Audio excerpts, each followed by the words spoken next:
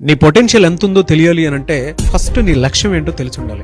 దానికోసం అహర్నిశలు నువ్వు కష్టపడేటప్పుడు ఒక్కొక్క స్కిల్ నువ్వు డెవలప్ చేసుకుంటూ వెళ్ళేటప్పుడు నీకు తెలుస్తుంది నువ్వు ఎంత గట్టివాడివో ఎంత గొప్పవాడివో అనేటువంటి విషయం. నీ భవిష్యత్తు బాగుండాలి అనంటే ప్రస్తుతం నీకున్నటువంటి అలవాట్లు ప్రవర్తన రెండు ఖచ్చితంగా మారాలి. నీ భవిష్యత్తు కోసం నువ్వు అటెన్షన్ పే చేయలేదు అనంటే ప్రస్తుతం ఎంత బాగున్నా అది డిజాస్టరే.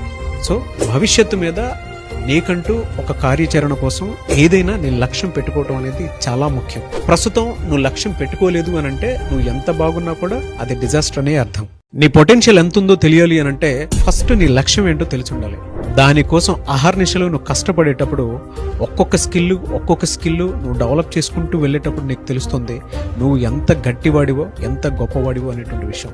నీ భవిష్యత్తు బాగుండాలి అనంటే ప్రస్తుతం నీకున్నటువంటి అలవాట్లు ప్రవర్తన రెండు ఖచ్చితంగా మారాలి.